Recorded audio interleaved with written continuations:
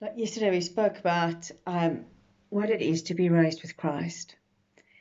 And then I remembered in 1 Corinthians 10, verse 31, it says, "So whether you eat or drink, or whatever you do, do to the glory of God."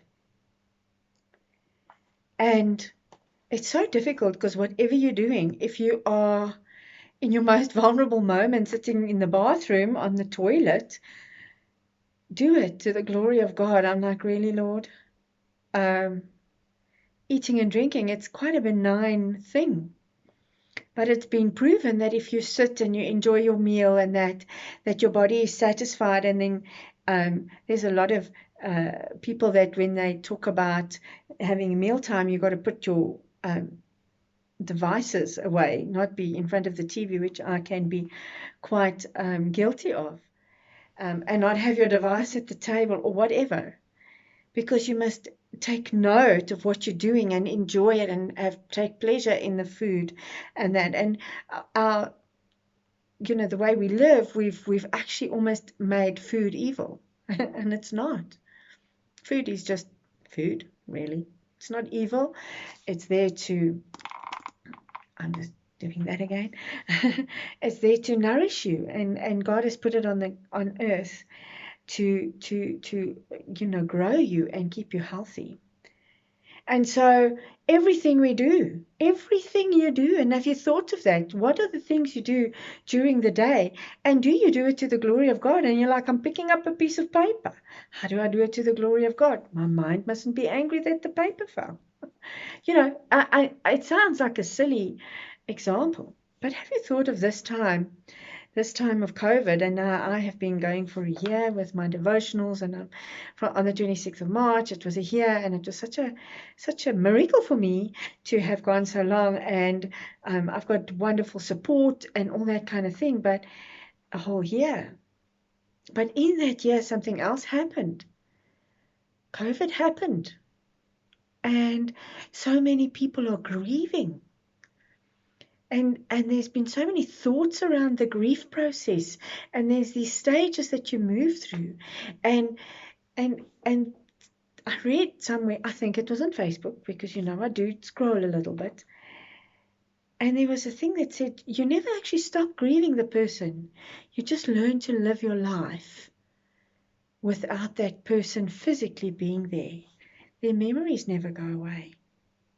They don't stop existing for you. They stop existing physically, but they were a part of your life. And if it was your wife or your husband and you've got children, you've got these testimonies to your life. Or if it was your child or whatever. And it's not just people that have died from COVID.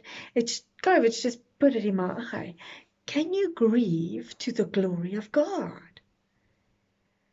It's like, that is frightening to me to think. I lost my mom 3 years ago, and I loved my mom dearly, and now I've got to grieve for her to the glory of God. I like that people said you never stop grieving, because I will never stop missing my mom. But I've learned that I have a life here in the physical without her now. How do you grieve to the glory of God? And it's a lifetime thing. And you've got to live as if He has given you so much.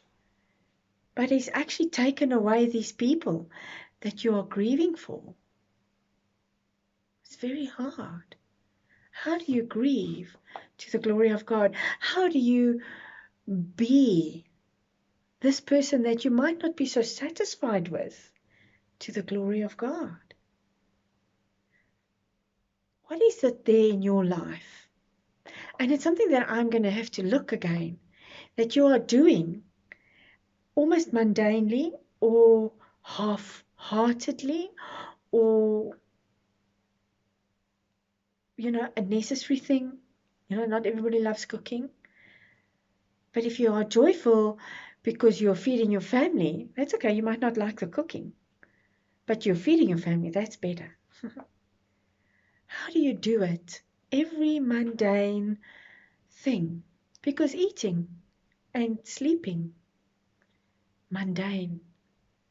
There's things that you can do to the glory of God when you stand and praise Him, and when you go out on missions, and when you're feeding the poor. You can do it, and you can do it to the glory of God. But when you are doing something mundane, something every day, like eating, drinking a cup of tea, boy, there are times when I think, yo, nectar from God Himself. What does that look like? What will a life like that look like? And that is what the Easter story is telling us. When you have died and you're risen with Christ, and you are not doing what the world wants, you are doing to the glory of God. You are worthy of sitting in the throne room. What does that look like? I'm going to go and see what I'm not doing to the glory of God. I can tell you dishes don't look so good. Think about it, and we'll speak again tomorrow.